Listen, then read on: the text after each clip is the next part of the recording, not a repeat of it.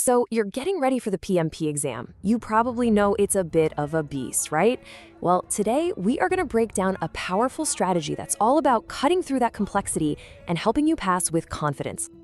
And yeah, feeling overwhelmed is totally normal. This exam is designed to be tricky. Almost every question is a scenario, and you'll find a couple of answers that seem plausible. The real trick, the whole game, is figuring out which one is the best option. And that's exactly what we're going to master today.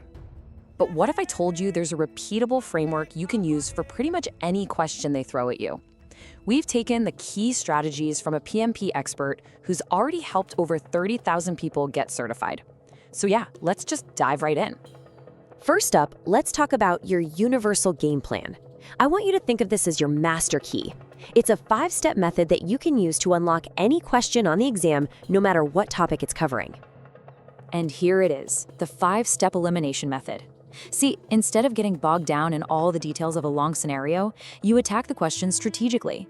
You start by just spotting those keywords. Then, and this is crucial, you figure out what kind of world the project is in. Is it predictive or agile?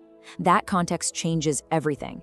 It lets you zero in on what they're really asking so you can confidently knock out the wrong answers and find the best one left. It's all about creating clarity out of confusion. So why is having a process like this so important? Honestly, it's all about the clock. You've got about 75 seconds for each question. That's it. So this 5-step method, it's not a luxury. It's what you need to do to stay on pace. Mastering this isn't just about being right. It's about being right fast so you can actually finish the exam. Okay, so you've got the how. Now let's talk about the who. A huge, and I mean huge, part of this exam is about your people skills. Why? Because the PMI knows that in the real world, projects live or die based on leadership, not just on charts and processes. So let's get into this people-first mindset. This is where you really start to think like a PM. For every single people-related question, this should be your North Star. Deliver value. That is it. As you're looking at the answer choices, your brain should immediately flag anything that feels like a delay, anything that adds pointless cost, or anything that just gets in the way of the project's real goal. Your job is to drive the project forward, not stall it out. So, when a problem pops up, and you know it always will, your first move is what matters most. The exam rewards direct and collaborative action. Seriously, the winning answer is almost always the one where you go talk directly to the people involved and work on a solution together. Think partnership, not punishment or procrastination. You see an answer choice that says something like, escalate to the sponsor or suspend the project, you should be immediately suspicious. The PMP wants to see you, the project manager, take charge. Your default setting, and almost always the correct answer, is to roll up your sleeves and solve the problem with your team before you go running for help. Think of this as your problem-solving playbook, but I want you to pay extra close attention to step 2, identify the root cause. This is a classic PMP trap. They'll give you answer choices that sound good, but only fix the symptoms. Your job is to prove you can dig deeper, find out what's really causing the issue, and solve it for good. All right, this table is basically your conflict resolution cheat sheet for the exam.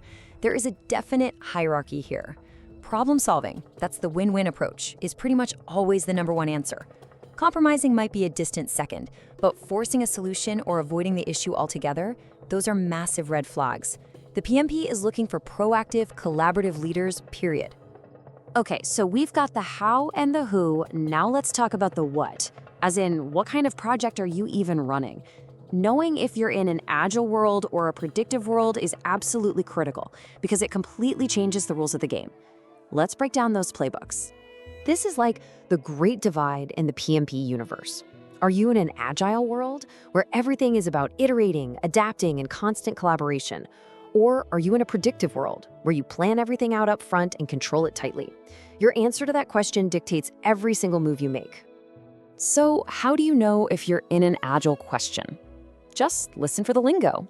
The second you see words like sprints, product owner, or daily stand-ups, a little light bulb should go off in your head. Those are your signals to switch into that agile mindset. Think collaboration, short cycles, and always delivering value.